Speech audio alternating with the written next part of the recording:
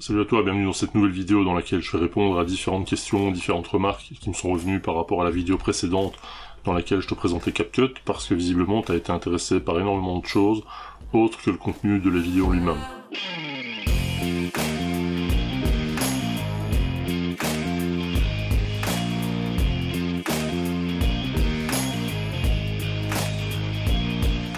Alors, parfois tu fais des vidéos et tu t'attends à des réactions par rapport au contenu de la vidéo, et au final tu reçois plein de questions, plein de remarques et plein de demandes qui concernent plutôt la manière dont tu as réalisé la vidéo, la manière dont certaines choses se passent au niveau de ta méthode de réalisation, et par rapport à d'autres éléments auxquels toi tu n'as pas forcément pensé. Et comme j'en ai vraiment reçu pas mal, je me suis dit que c'était peut-être intéressant de répondre à tout le monde en une fois, plutôt que de passer mon temps à aller à la fois sur Instagram, sur la page Facebook, sur les commentaires, etc., pour répondre aux différentes demandes qui me sont revenues. Donc effectivement, il y a eu du changement dans la manière dont je réalise mes vidéos, mais rien de fondamentalement différent de ce que je faisais avant. Et alors il y a un point sur lequel vous avez été très très nombreux à m'interroger, c'est par rapport au stylet que j'utilise pour faire différentes choses, et notamment du montage et de CapCut. C'est un petit stylet tout simple que j'ai trouvé sur Amazon, qui a en fait pour particularité d'avoir un petit embout qui est un embout de type réellement stylo, et non pas une espèce de gros embout style coton-tige comme il y en a sur celui-ci. Donc celui-ci possède les deux. Voilà, il y a un petit capuchon magnétique, c'est un truc assez sympa, je vous mettrai un lien dans la description, et si vraiment vous êtes intéressé,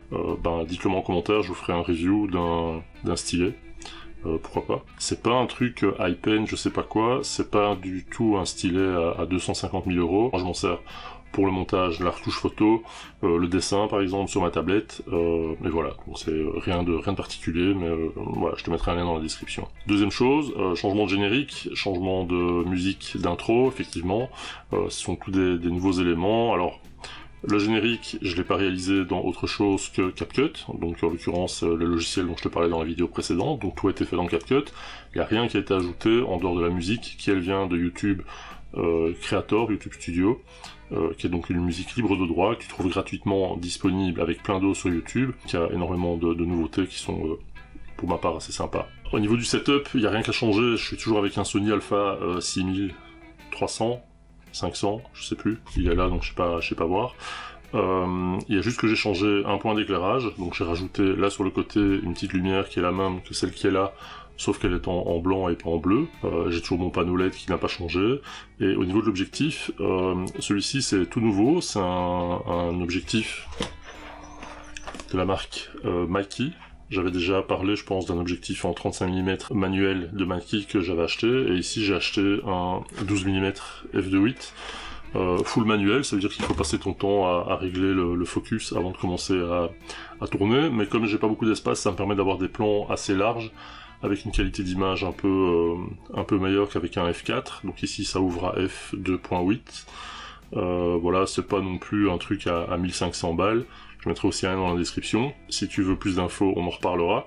Et alors autre chose, au niveau de la réalisation, maintenant je fais mes vidéos avec le mode neutre de mon appareil photo, et non plus le mode standard, ce qui me permet après de retoucher les couleurs de manière un peu plus précise dans iMovie. Donc voilà, il n'y a rien qui a fondamentalement changé dans ma manière de faire les vidéos. Autre chose, j'avais fait un petit sondage sur la chaîne pour vous demander si vous étiez partant pour un Discord dans lequel on pourrait échanger, discuter, éventuellement faire de temps en temps des petites sessions, discussions audio, etc. C'est assez mitigé, et j'ai vu qu'il y en avait encore qui devaient demander l'autorisation à leurs parents, donc n'hésitez pas à venir me dire en commentaire s'ils ont dit oui ou non, pour que je puisse savoir si ça intéresse du monde ou pas. Donc je suis encore en train d'hésiter à lancer un Discord ou à plutôt faire un truc sur un groupe Facebook fermé. Je verrai bien un peu quelles sont les réactions. Le Discord c'est un peu compliqué pour moi à gérer parce que plein de raisons technico-techniques. Le groupe Facebook c'est quelque chose que je maîtrise plutôt bien, et sur lequel j'ai moins de soucis de paramétrage, de gestion, de modération, de configuration, etc. etc. Donc à réfléchir. En tout cas dites-moi en commentaire si c'est des choses qui peuvent vous intéresser, comme ça on peut voir un peu vers quoi on peut évoluer. Voilà, donc en ce qui concerne CapCut, vous m'avez également demandé si c'était le truc qui allait remplacer iMovie chez moi.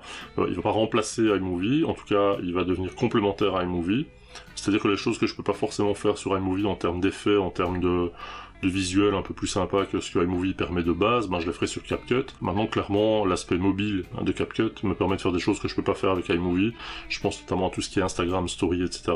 D'ailleurs, à ce sujet-là, il y a pas mal de gens qui ont réagi à la vidéo en me disant « Ouais, mais moi, je veux faire des vidéos pour YouTube. » Clairement, dans l'exemple que j'ai pris, je faisais une vidéo pour Snapchat ou pour pour Insta ou autre, mais rien ne t'empêche de faire des vidéos rectangulaires, carrées, il n'y a aucun problème avec CapCut, tu peux faire tous les formats que tu veux. L'exemple que j'ai pris, c'était un format vertical, ça veut pas dire que je vais plus faire que du format vertical, et ça veut pas dire qu'avec CapCut, tu vas ne pouvoir faire que du format vertical, bien entendu. Petite vidéo un peu décalé par rapport au contenu habituel, par rapport au tuto, etc. C'est pas un FAQ, c'est juste que vous aviez beaucoup de questions, vous avez beaucoup de remarques, et donc je voulais vous répondre dans un format un peu plus sympa que juste vous envoyer des petits messages, etc. Si vous avez d'autres questions, n'hésitez pas, et puis on se retrouve très bientôt pour une nouvelle vidéo.